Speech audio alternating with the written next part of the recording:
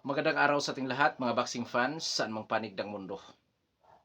Ang bakbakan o labanan na ating tatalakayin ngayon, ito po ay sa pagitan ni Saul Canelo Alvarez at Terence Crawford. Minsan po ni Canelo Alvarez ang kanyang four major title belts dito po sa Super Middleweight Division sa laban na to. Fight schedule September 13, 2025, gaganapin sa United States of America. Sa labanan na ito, tayo ay maghahayag ng sarili nating fight prediction, comparison at analysis na kung saan doon pa po lamang sa ating gagawing comparison. Detalyado na nyo malalaman kung saan niya ba naging yamado, saan naging dihado itong mga maglalaban. At inanyahan ko rin po kayo na panoorin ang buong video bilang karagdagang kaalaman na rin para sa ating mga boxing fans. Bagamat well known, kilala natin ang mga maglalaban, ngunit mga idol sa ating talakayan, marami kayong makukuha dyan ng mga basihan na pwedeng magbigay influensya sa inyo, lalo na pagdating po sa desisyon kung sino ang inyong papaboran. Bagamat Andong Sports Page ay naghayag ng prediction, nasa inyo pa rin po ang desisyon. Bago naman natin ito simulan, para po sa mga boxing fans na bago po lamang napadpa dito sa ating muting channel, inanyayahan ko po kayo na sana supportahan po sa pamamagitan po ng pag-subscribe, like, and share. At para po sa mga boxing fans na walang sawa na sumuporta o sumubaybay dito sa ating muting channel, taos puso po ako nagpapasalamat sa inyong lahat. Wala po Andong Sports PH kung wala rin po kayo mga idols. Bago naman natin ito talakayin mga idol, humingi po ako ng pamahin sa inyo kasi ilang araw din po ako nang hindi po nakapag-update, hindi po nag-upload ng mga video, lalo na sa mga nag-request. Dahil po nagkaroon po ako ng lagnat na kung saan mga idol halos pabalik-balik. Hindi ko alam kung anong nangyari dito sa katawan kong to. Na kung saan mga idol apektado rin po ang aking boses. Kaya mga idol, yun ang importante dito sa ating pagpa-vlog yung boses natin na kahit naman hindi kagandahan, ang mahalaga nakapagsalita, kumbaga. Oo, mga idol. So, yun nga, huminga po ako ng pamansin sa inyong lahat. Pasensya na po talaga kayo mga idol. So, simulan na natin ang ating talakayan na kung saan mga idol talakayin natin ang mga background nito sa magkabilang panig dahil yan po ang ating gagamitin referensya sa gagawin naman natin na mamaya na comparison. Unahin natin sa panig sa magsisilbing challenger na si Terence Crawford. Si Crawford po bilang sa professional boxer, may impresibong kartada, 41 wins with 31 wins coming by way of knockout. Undefeated, may edad 37 anyos, height 5 foot and 8 inches, reach 74 inches, southpaw stance, account ratio 75.61%. Kasalukuyang hawak ni Crawford ang WBO interim super welterweight title, mga idol. Nasungkit niya yan noong huling laban niya noong September 13, 2024, na kung saan nakasagupan ni Crawford si Israel Madrimov, panalo si Crawford by unanimous decision. Karanasan o experience nitong si Crawford, mga idol. Mga idol, nag-world champion ito sa lightweight, nag-undisputed sa super lightweight, nag-undisputed ulit sa welterweight at WBO interim sa super welterweight division. So mga idol, kung kikilalanin ang WBO interim as a world champion din, so 4 division world champion si Crawford. Pero kung hindi kilalanin ang WBO interim, 3 division world champion at 2-time undisputed world champion in different weight division. So ngayon dadako naman tayo sa skills itong si Terence Crawford. Mga idol, sinuri ko muna ng maigi kasi technical fighter po ang tingin ng marami dito kay Crawford. So mga idol, sinuri ko nga, masasabi ko mga idol na hindi lang technical fighter si Crawford, kundi all-around boxer.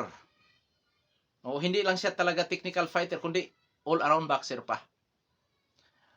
Halos lahat ng galaw mayroon kay Crawford, pressure, defensive, roller style, counter-puncher style, at syempre, magaling din sa teknikalan na suntukan itong si Terence Crawford. Magaling sa pagkalkula sa kanyang mga galaw, may husay sa adjustment, taglay ang power, timing, footwork, at accuracy. Sabi ko nga, may husay sa opinsa at dipinsa, magaling sa puntusan. Kaya nga, all-around boxer itong si Terence Crawford. Lamang mga idol, ipagpauna ko po sa inyo na sa bawat laban itong si Crawford, hindi ko nakikita ang sweet science of boxing. Sweet science of boxing na pinapauso ni Floyd Mayweather, Gilbert Regondo, Shakur Stevenson, David Haney. Di ko nakikita kay Crawford yan mga idol. Technical, mayroon. Kaya nga all-around boxer ito mga idol. Pero kung aralin niya ni Crawford mga idol, lalo na sa laban niya kay Canelo Alvarez, kayang-kaya niyang maaral ang sweet science of boxing. Kasi nga, all-around boxer na siya. Oo. So, ngayon dadako naman tayo sa kanyang katunggali na si Saul Canelo Alvarez, isang Meksikano na may impresibo kartada. Itong si Canelo Alvarez na 63 wins with 39 wins coming by way of knockout, may 2 talo at 2 tabla. Sa kanyang 2 talo, sa puntusan lamang natatalo itong si Saul Canelo Alvarez. May edad na 35 anyos at ang height, 5 foot and 7.5 inches, reach 70.5 inches, orthodox naman ang stance itong si Canelo, at may knockout ratio na 61.9%. Last fight, May 3, 2025, nakasagupa ni Canelo Alvarez ang technical fighter na si William Skull. Panalo ba yun na most decision si Canelo Alvarez? Ngayon nadako naman tayo sa eksperyensya, karanasan itong si Canelo Alvarez. Mga idol, nag-world champion sa super welterweight division, nag-unified world champion sa middleweight division, nag-undisputed sa super middleweight division, at minsan na rin nag-world champion sa light heavyweight division. Oo. Noong saan mga idol, baka hindi nyo masyado nasubaybayan si Canelo, which is imposible naman. Nag-world champion sa super sa light heavyweight division si Canelo Alvarez matapos yung talunin si Sergey Kovalev noong 2019. Oo, tapos sabi nga ni Canelo Alvarez mga idol, bibitawan ko tong titulo sa light heavyweight division kasi limit na siya sa super middleweight division, kumbaga talagang medyo nahihirapan na siya. Pero noong 2022 2022 ba 'yon?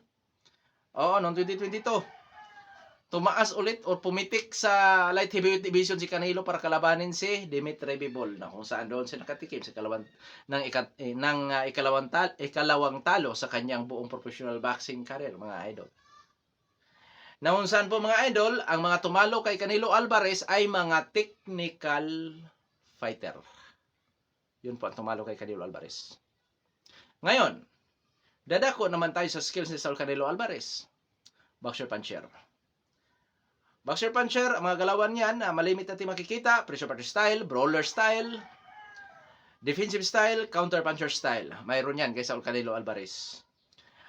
May husay si Canelo pagdating sa adjustment, taglay ang power, timing at accuracy, at syempre kilalang talagang makunat or may kunat itong si Saul Canelo Alvarez mga idol. Oo. Kilala sa kanyang kakunatan mga idol dahil bagamat muntik ito mapabagsak noong 2011 sa mga kamay ni Matthew Hatton, kung di po ako nagkakamali, at naalog siya sa laban kontra Gennady Golovkin, pero hindi po talaga natin nakikita ang knockdown itong si Saul Canelo Alvarez. So may tibay po talaga ang boksingirong ito, o subok, medyo subok ang tibay ng boksingirong ito. So ngayon, dadako na tayo sa ating gagawing comparison. Mga idol, real talk ang ating comparison ha, maging ating prediction sa laban na to. Okay, unahin natin sa dako na pagdadausan sa laban. Dito mga idol, sa Amerika gaganapin ang laban, Amerikano si Terence Crawford, ibig sabihin magsisilbing dayo si Saul Canelo Alvarez. Disadvantage si Canelo Alvarez yan mga idol, lalo na kung mangyari na ang labanan closed fight. Delikado mapolitika ito si Canelo Alvarez. Oo. Real talk tayo. Lalo na itong laban na to mga idol, history in the making para sa panig ng Amerikano. Bakit? Dahil kung mangyari na sakali manalo itong si Terence Crawford, for the first time in boxing history yan. Lalo na sa boxing ng mga lalaki. Kasi may mga pambabae na rin na boxing. Na kung saan mga idol, first time in boxing history na mayroong naging 3 division undisputed world champion. At hindi po basta ang pagdadaanan ni Crawford dahil 2 division po ang kanyang tinalunan.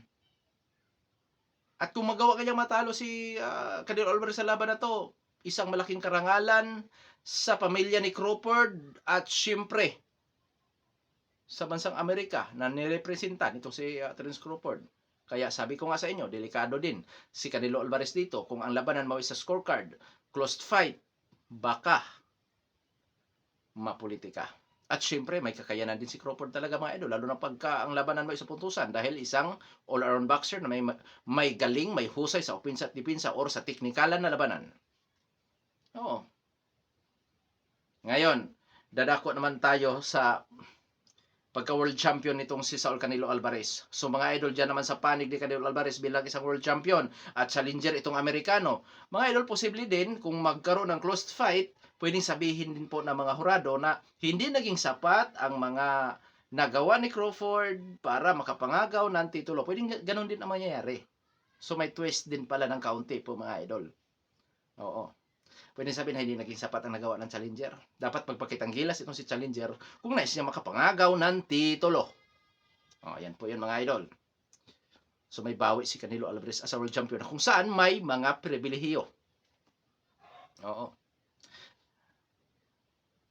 So, dadako tayo sa physical na appearance ng dalawang maglalaban. Unahin natin sa edad. 35 anyo si Canelo Alvarez, 37 anyo si Terence Crawford. Mga idol, kadulo-duluhang prime sa panig ni Canelo Alvarez, lipas na sa prime si Crawford. So, ang ano dyan mga idol, pag umiral na yung katandaan, kung yun napapansin sa huling laban ni Crawford sa Super Welterweight Division, medyo iba na yung lakas ni Crawford. Hindi na ang katulad na Crawford mga idol na kayang mang knockdown. Paano na lang? Dalawang division yung kanyang tilalunan. Madagdagan pa siya doon mga idol. Madagdagan pa ng bigat.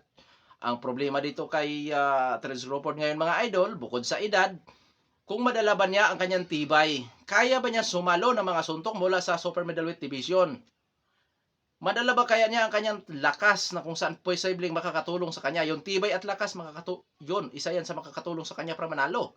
At syempre mga idol, madala ba ni Crawford ang buong galawan niya na ipinakita doon sa Super Welterweight or sa Welterweight Division, dito naman sa Super Middleweight Division? Di kaya siya babagal na kung saan mga idol halos magkasing tangkad lang sila ni Canelo Alvarez? Na kung saan hindi na mag-a-adjust sa distansya itong si Saul Canelo Alvarez? So, disadvantage ni Crawford mga idol ang pagtalo niya ng dalawang division. At kasama na rin po yung kanyang edad sa ngayon. Oo. Bagamat itong si Crawford may knockout ratio na 75.61%, yun nga, kung madala ba niya yan? Kung kaya ba niyang saktan itong si Canelo Alvarez? Ngayon sa panig ni Canelo Alvarez, natural sa timbang ito na may knockout ratio na 61.9%. Na kung saan mga idol para sa akin, isa itong power puncher. So yun nga, kung kakayanin ba ni Crawford ang sumalo ng suntok mula kay Canelo. Pero kung kakayanin mga idol, magandang laban at delikado si Canelo Alvarez dyan dahil sa skills nga ni Crawford.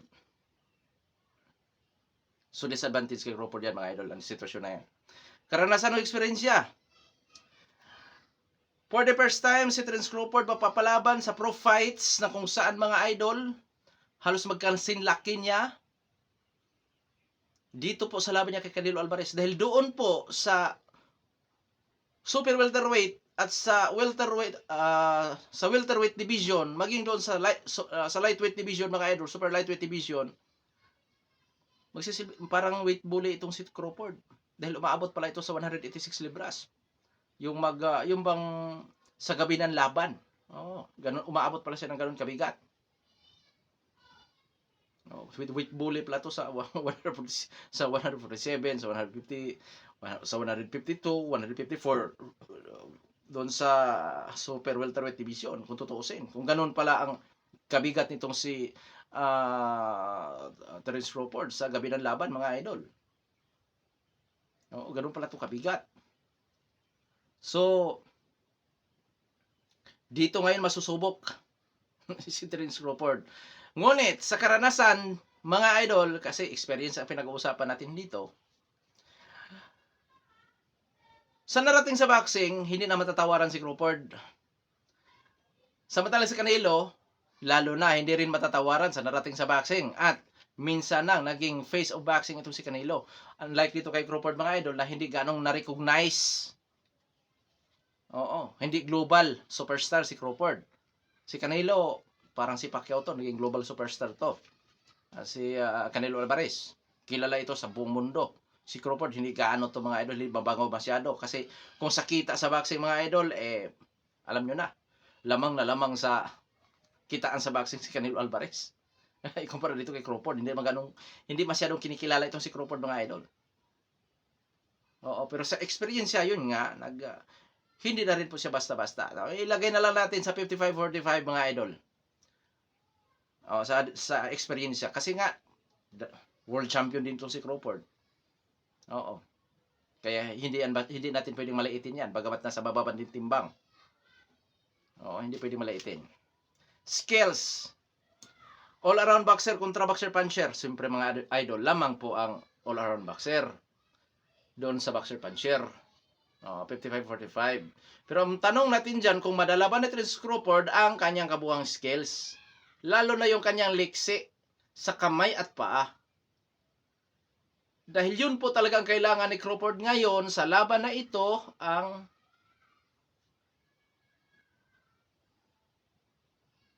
liksi sa kamay at paa, tibay. Yun ang kailangan talaga ni Crawford dyan. Kung madala niya yan, masasabi kong delikado si Canelo Alvarez sa puntusan. Kasi bumagal na rin si Canelo Alvarez. Oo. So ngayon, Kuya Dong Sports, sinong Llamado? Llamado si Canelo Alvarez, mga idol. Kung sa labas ito ng Amerika, 60-40 in favor of Canelo Alvarez. Kaso nasa bansang Amerika, Amerikano si Crawford, 55-45 ang maibibigay ko dyan mga idol.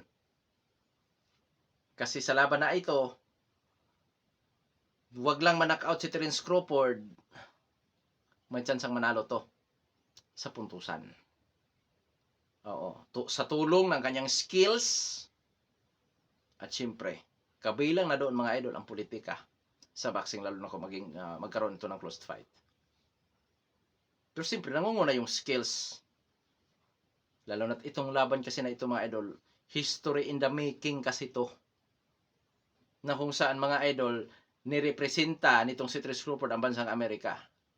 Kasi, kung manalo nga naman si Terence Crawford sa laban na ito, first time din in boxing history, ang pagiging 3 division undisputed world champion. Kasi naka 2 division na si Crawford eh.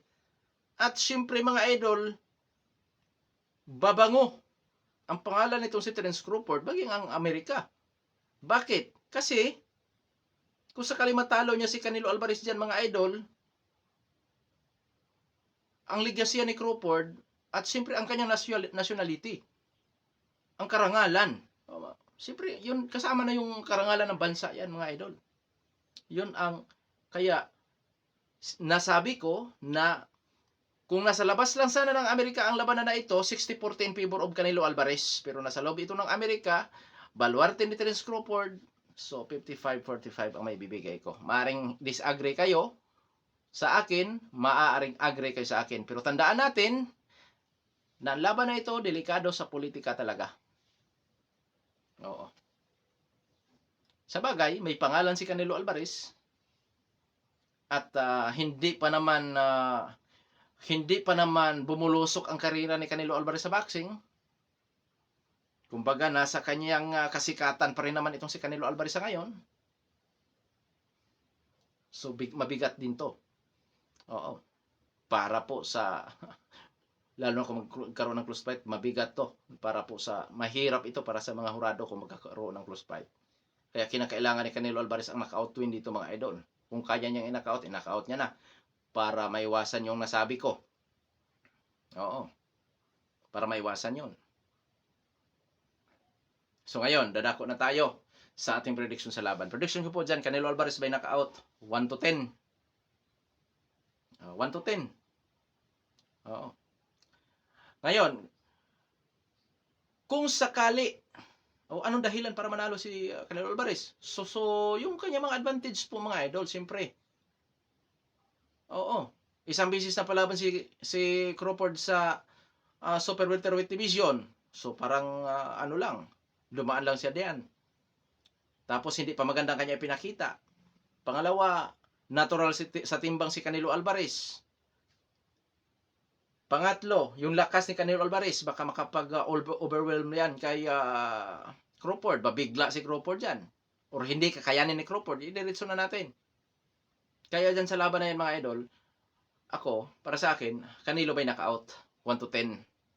Imposible namang hindi talaga makapagpatama si Canelo Alvarez sa first round hanggang 10 rounds, mga idol, mga solido sa katawan ng mukha nitong si Crawford. Ngayon, dahil si Crawford ay may tibay din naman, at higit sa lahat may skills as a all-around boxer, may kakayahan na kung saan may kakayahan sa husay, sa depensa, maging sa opensa. So, may tendency din na hindi makapagpa-knockout si Canelo, lalo na kung hindi sasabay si Crawford.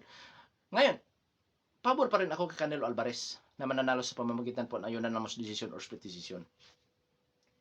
Pero dyan sa sitwasyon na yan, hindi nakatakataka, hindi rin kagulat-gulat kung sakali na mananalo din itong Amerikano na si Terence Crawford.